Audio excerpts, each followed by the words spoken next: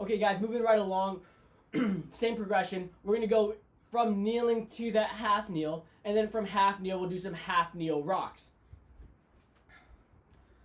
So we started kneeling. Our progression was up and step to half kneel.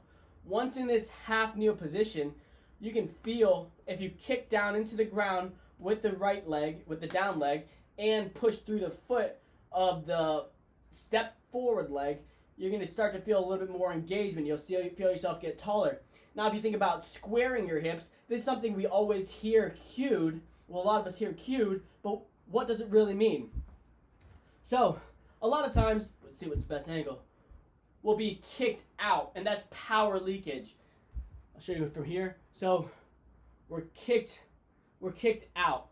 And when I'm kicked out, my back leg is, my pelvis is rotated back.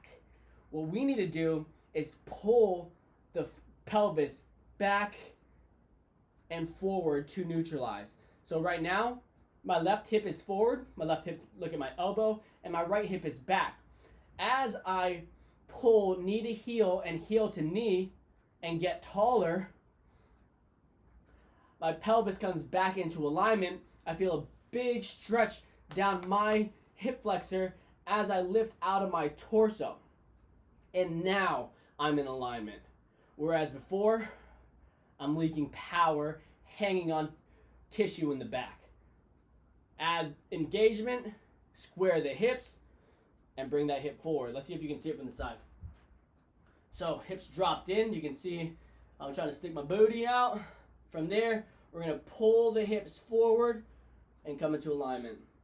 See how much more structurally sound that looks? I'll do it one more time. I'll go out of it slowly. So this is me slowly losing engagement. Lost engagement. From here, build that engagement. As I get taller, feel the stretch down the hip flexor.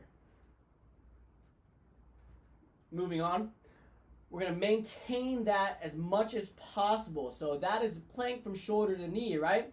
From there, you're just going to shift forward by pulling yourself forward and pushing yourself back.